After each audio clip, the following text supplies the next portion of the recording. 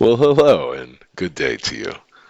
We're going to do a reading from Tamara or Tamra, either's fine. The most ridiculous adventure ever told. This is what that's about, where we're going to bring our own unique story to life with what we believe to be the world's first AI powered story prompting and images game.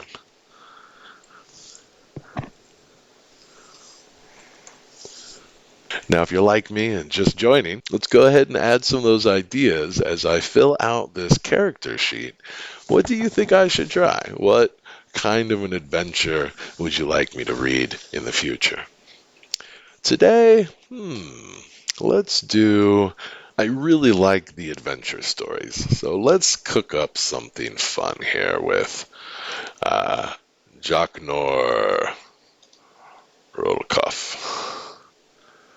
Let's do this medieval times with dragons, dwarfs, and fantasy. We will definitely be on a hero's adventure.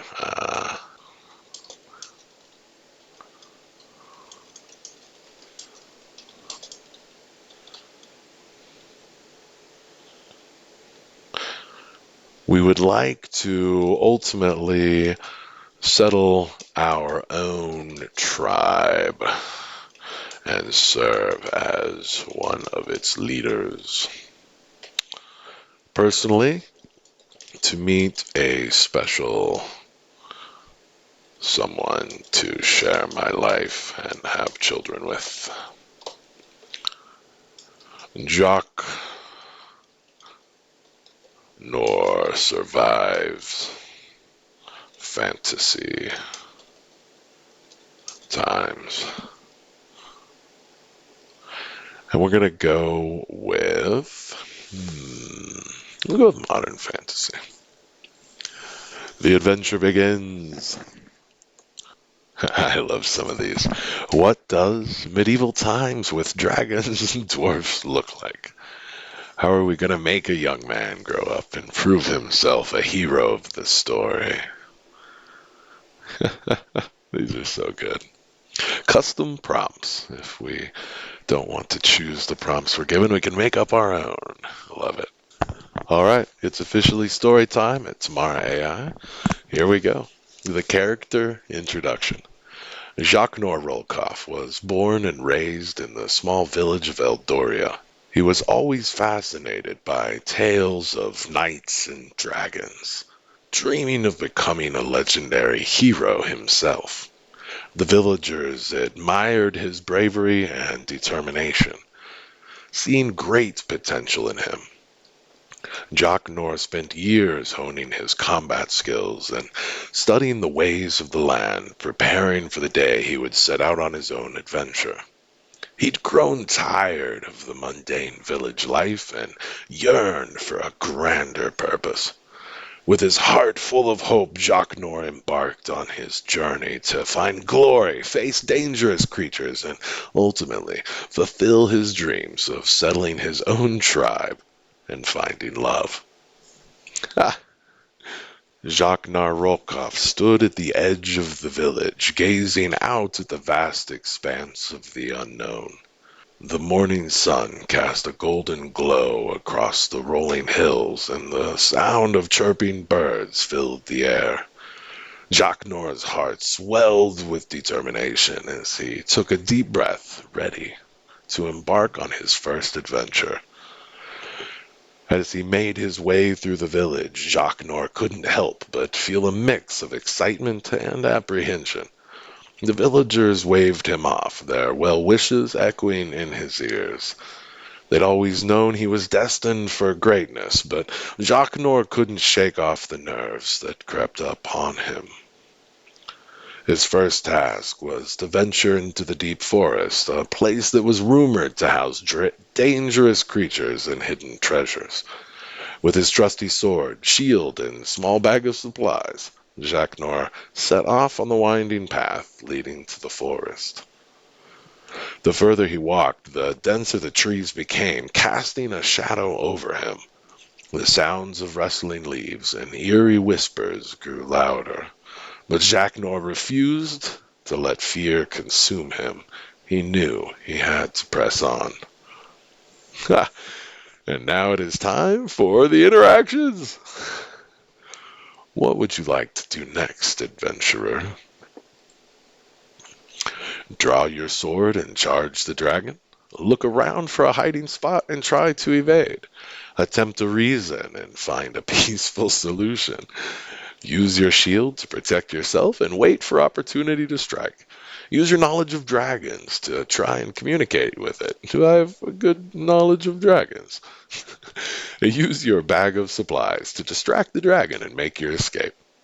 Try to climb a nearby tree and observe the dragon from above. Hmm. We are going to attempt to speak loudly and with stern, confident authority. Call the dragon down to speak and explain itself. Jacques Noir took a deep breath, his voice resonating with authority as he called out to the dragon. The dragon down! Speak and explain yourself. Okay, I see the format. The dragon paused, its fiery eyes narrowing as it regarded Jacques Noir.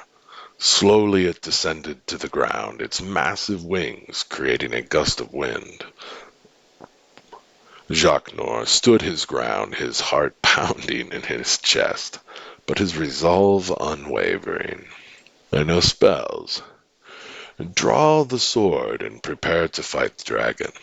Attempt to reason with the dragon, asking why it had appeared before him.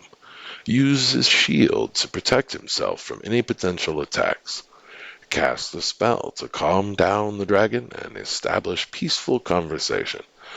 Offer the dragon a peace offering in the form of food or treasure.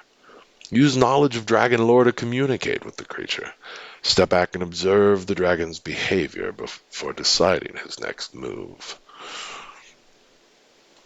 So far, we've just been considered. What shall we do? We're going to offer the dragon a peace offering. The dragon eyes Jacnor cautiously, its gaze shifting between him and the peace offering in the form of food or treasure. It let out a low rumble, its curiosity piqued by Jacnor's gesture. Slowly it extended its long neck and sniffed at the offering, its nostrils flaring as it took in the scent. After a tense moment, the dragon's eyes softened and it nodded, accepting the peace offering Jacques had made.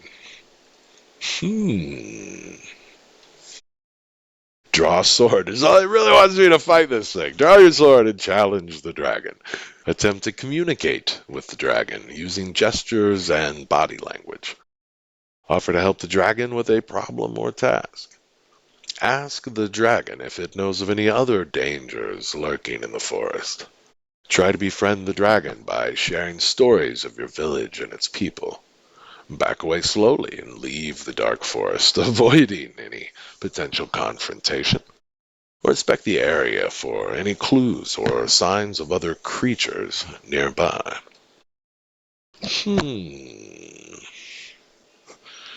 See if we can get some work from this old dragon. As Jacnor offered to help the dragon with a problem or task, the dragon's eyes narrowed, studying him intently. After a moment of silence, the dragon let out a deep rumble, indicating its acceptance. It beckoned Jacnor to follow, and together they ventured deeper into the dark forest. Oh yeah, we're definitely going with it. Follow the dragon. Yeah, follow the dragon. As Jacnor followed the dragon deeper into the forest, the trees grew thicker and the air became heavy with an eerie silence. They reached a clearing where a group of dwarves were huddled together, their faces filled with worry. The dragon communicated with them in a language Jacnor could not understand, but it was clear the dwarves were in need of assistance. Of course we're going to help the dwarves. Jacnor approached the group of distressed dwarfs and offered his help. The dwarves looked at him with gratitude and explained that their village had been overrun by a group of goblins. They were seeking someone brave enough to rescue their captured kin and reclaim their home. We're doing this. We're absolutely doing this. We don't want to negotiate other villages, scout the camp. Mm, we're devising a plan. We're taking it. Any friend of the dragons is a friend of ours. Jacques Nor gathered the distressed dwarfs and listened intently as they provided details about the goblin invasion. Together they devised a plan to defeat the goblins and rescued the captured dwarves. Jacques Noir proposed a stealthy approach using the element of surprise to their advantage. We should go for it at night, yes! Sneak into the goblin camp under the darkness of night. No, we're in a hurry. Traps, that could be healthy. No, headlong. Let's go!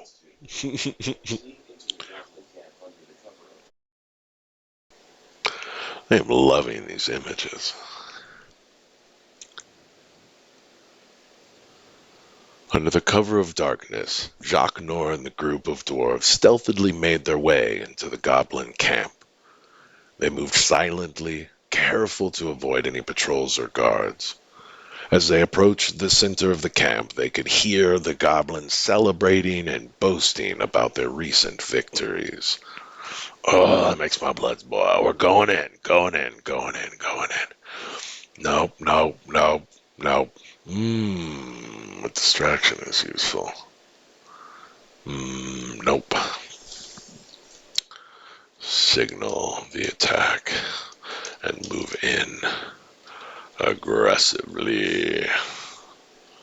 Go. Jacques Nor Rokoff and the group of dwarves engage in a direct confrontation with the goblin leader. The goblin leader puts up a fierce fight, but Jacques Nor's combat skills and the assistance of the dwarves overpower him. Eventually, Jacques Nor delivers a final blow, defeating the goblin leader. All right, let's... we may need to communicate. Let's free the prisoners. Jacques Nar and the group of dwarves successfully free the captive prisoners held by the goblins. The prisoners are grateful for their rescue and express their heartfelt thanks to Jacques Nor and the dwarves. They all decide to make their way back to Eldoria together, seeking safety and refuge. Okay, we're gonna take them back.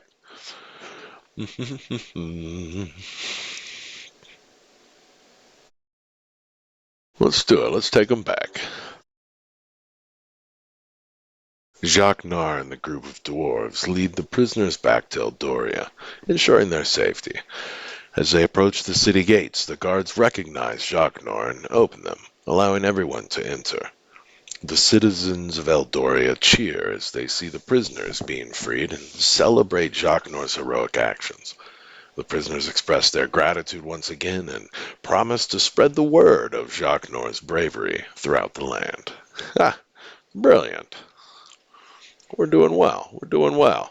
We're not ready for that hero's welcome, though. No, we're not hanging out here. No, no. We'll rest and recover.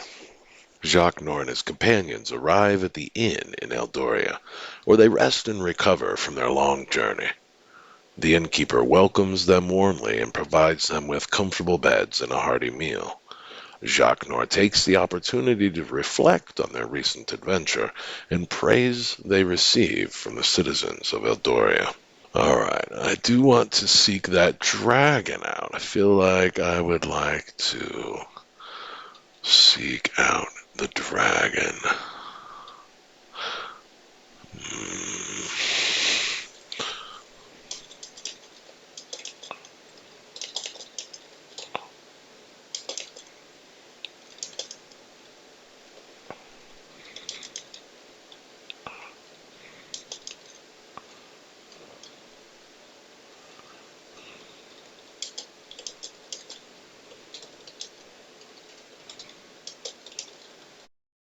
I'd like to rejoin the dragon and the dwarves and share in the victory with them.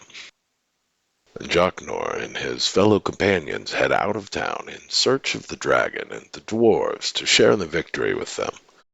They venture deep into the dark forest, following the path that the dragon had taken. As they moved further into the forest, they came across a clearing where the dragon is resting peacefully.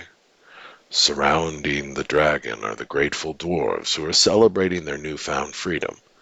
Jacnor approaches the dragon and the dwarves, joining in their jubilation and sharing in their victory. Okay, okay. Think it's time to turn to this dragon here.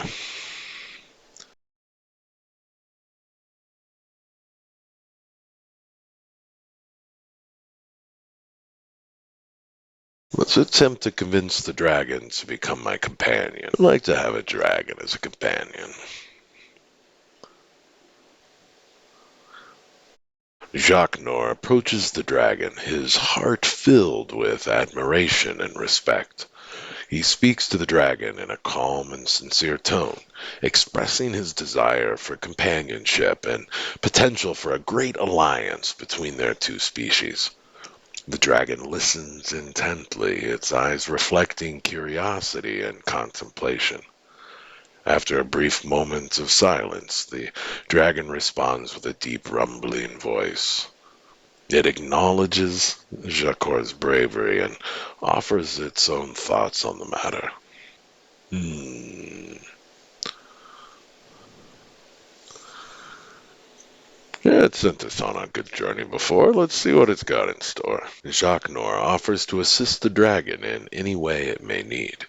The dragon nods, impressed by Jacnor's selflessness. It explains that a group of rogue wizards have been causing havoc in a nearby kingdom of Eldoria. We're going back to Eldoria. It asks for Jacnor's help in defeating them. The dragon believes that together they can bring peace and security to the land.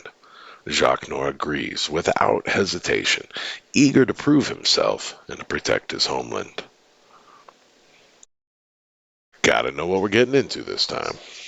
Those pesky wizards. Jacnor gathers information about the rogue wizards by speaking to the villagers in Eldoria. He learns that the wizards have been using dark magic to terrorize the kingdom, casting spells that cause destruction and chaos. The villagers are fearful and desperate for someone to put an end to their reign of terror. Okay, okay. Ooh, we could get some ancient weapons. Let's keep building our relationship with this here dragon. Jacnor consults with the dragon for guidance and strategizes on the best course of action. The dragon, having witnessed the destruction caused by the rogue wizard, shares valuable information about their powers and weaknesses. Together, they devise a plan to confront the wizards and to put an end to the terror. We're going to sneak into the wizard's camp and attempt to attack from within. Jacnor carefully sneaks into the wizard's camp, avoiding detection. He observes the wizards performing dark rituals and plotting their next destructive move. As he moves closer, he notices a powerful artifact that the wizards seem to be guarding. Jacnor realizes that this artifact might be the source of their power and decides to steal it. We're about to, we're gonna use this. We're ready. Let's go.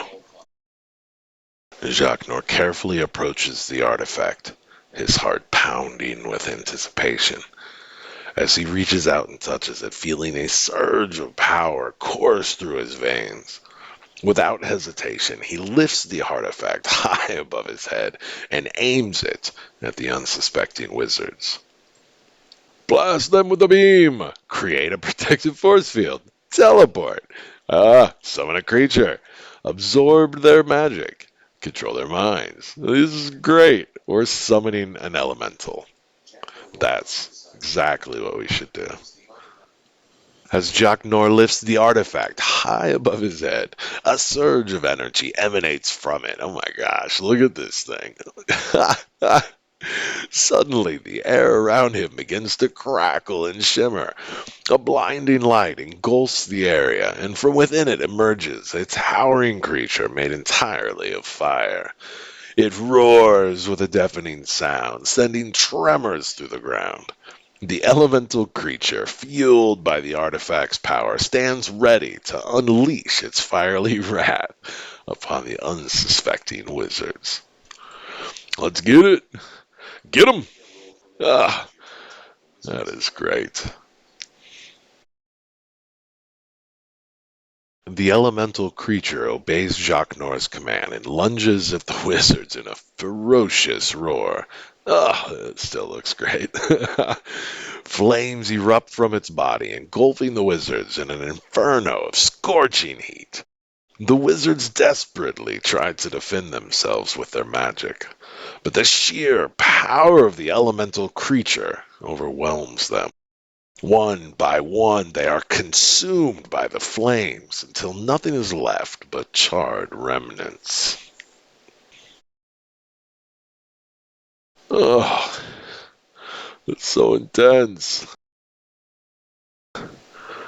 I don't think it can live in Eldoria. I don't.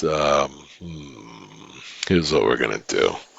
We are going to find a nearby pendant and offer the elemental a chance to serve as my familiar and live in the astral plane represented within the pendant.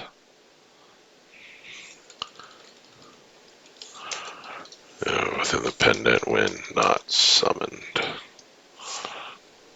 Alright, here we go, here we go. Here we go. Is he gonna take the deal? I would really like to have you on my side, but I do not think you can walk around like that. I guess we can always ask if maybe it has another form. Jacques Noir searches the immediate area and finds a beautifully crafted pendant hidden under a pile of debris. Debris?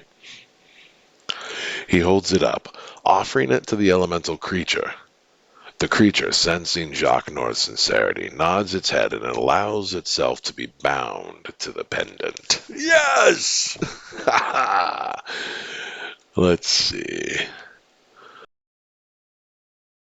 Um, so just to make sure we're clear, recall the elemental into the pendant for now so it doesn't scare people or burn things. This is really great. Jacques Noir carefully recites the incantation he learned, focusing his energy on recalling the elemental back into the pendant. As he completes the spell, a gentle glow surrounds the pendant, and the elemental slowly dissipates into it. The pendant now radiates a faint warmth, signifying the presence of the elemental within. Perfect. Now, we're going to go talk to people in Eldoria. Think this is our second win with Eldoria? What's up? What? I got injured. Oh no! I was not paying attention. At some point, I must have become injured, and I have run out of health.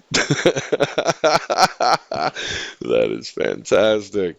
Oh my gosh, I was loving that story. Bring it back. Thank you for playing. No, no. The final hero's sacrifice. As Jack Norolkov completed the spell, his body trembled with exhaustion and pain. He'd fought valiantly, but his injuries from the battle with the rogue wizards had gone untreated for too long. Blood stained his armor, and his breath came in ragged gasps.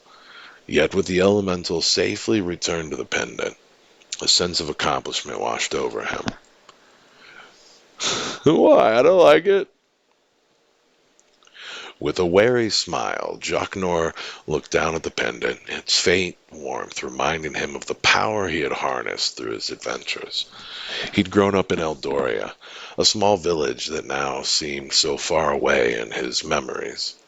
From there, he had honed his combat skills, studying the ways of the land and preparing himself for the challenges that lay ahead. In his first adventure in the depths of the forest, he had encountered a fearsome dragon, but instead of succumbing to the fear, Jacques had chosen diplomacy and offered the dragon a peace offering. To his surprise, the dragon accepted, leading him deeper into the forest. There he discovered a group of distressed dwarves, their lives hanging by a thread. Jacques, ever the hero, had infiltrated the goblin camp and engaging in direct confrontation with their leader. With his unwavering determination and skill, he had successfully freed the captive prisoners and led them back to the safety of Eldoria. But his journey was far from over. The dragon had called upon him for assistance in their battle against the rogue warrior. In their battle against the rogue wizards, Jacques, always eager to prove himself, had snuck into the wizards' camp, gathered valuable information, and ended up confronting them head on. With the power of the elemental creature at his side, Jacques had commanded it to attack the wizards directly. In a display of sheer bravery, he fought alongside the elemental, his sword clashing with the wizard's dark magic. Together, they had managed to overpower the enemy and bring an end to their malevolent schemes. But now, as Jacques stood there, the weight of his injuries finally catching up to him, he knew his time was running out. The glow from the pendant seemed dim, as if reflecting the fading light within him. One last surge of strength, he whispered his final words. I have fulfilled my dreams and saved countless lives. My tribe will know of my valor. My deeds will be told for generations to come. I've faced dragons and dwarves and goblins and wizards. I've triumphed, but now it is time for me to rest. As the words left his lips, Jacques body began to falter. He collapsed to the ground, his armor clanging against the cold stone. His eyes closed and a peaceful smile settled on his face, for he knew that he had given everything he had for the greater good. And so the tale of Jacques Rolkoff, the young man who grew up to be a hero, came to an end. His legacy lived on in the hearts of those he had saved, and his name would forever be remembered in the annals of Eldoria's history. May his courage inspire future generations to face their own battles with unwavering determination and selflessness. The end. Till next time, friends. Cheers. Ba-dum-bum-bum. This has been a reading from tmra.ai. Use hashtag tmra to submit your own story readings and share with all of us what sorts of stories you and Tamara have come up with. Until next time, I hope you have an amazing one. Thank you so much for hanging out. Cheers. Da-dum. Don't forget to like.